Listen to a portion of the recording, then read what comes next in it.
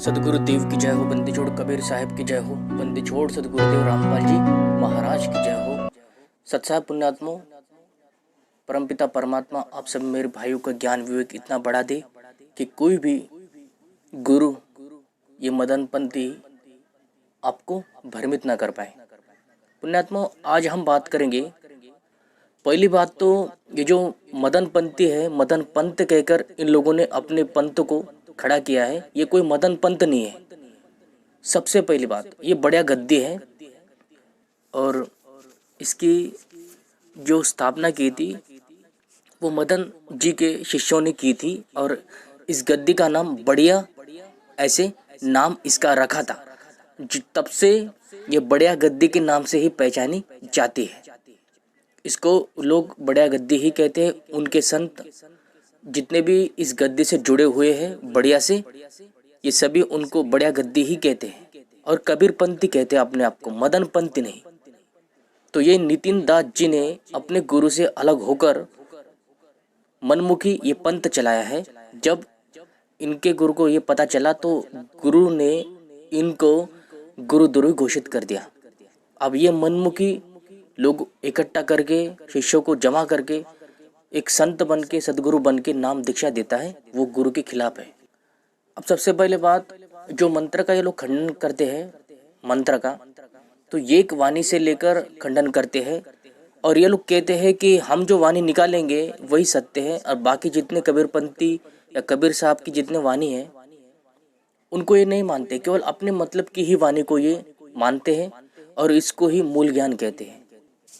सबसे पहले बात यह है कि कबीर साहब ने एक वाणी नहीं बोली, अनेकों वाणियाँ बोली है, हजारों वाणियाँ बोली है। मंत्रों के ऊपर, शब्दों के ऊपर शब्द को पूरी तरह से भेद बता दिया है और गुप्त शब्द का भेद वही जानता है जो पूर्ण गुरु होता है। क्योंकि ये गद्दी वाले, बढ़िया गद्दी वाले उतना ही जानते हैं जितना इनके गुरु ने जो ज्ञान बता रखा है और वही से उनका जो सिद्धांत है, उनका जो नियम है ध्यान लगाने का, यही उनका आत्म ज्ञान है, यही शब्द ध्यान है। ध्यान के अतिरिक्त इस बढ़िया गद्दी में आपको कुछ भी नहीं मिलेगा।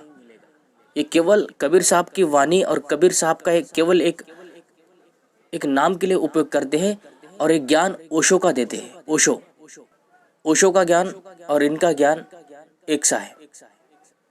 और इसी बढ़िया से एक और पंथ निकला जिस पंथ ने अपना नाम रखा पारखी पंथ।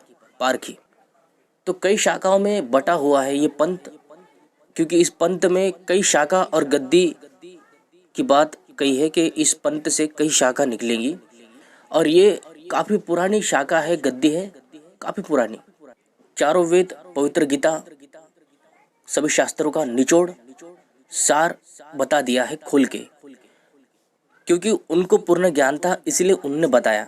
इनको पूर्ण ज्ञान नहीं है इसीलिए इन लोगों ने, बढ़िया गद्दी वालों ने कभी गीता खोलकर नहीं बताई, कभी वेद खोलकर नहीं बताया, उसका भेद कभी नहीं बताया है।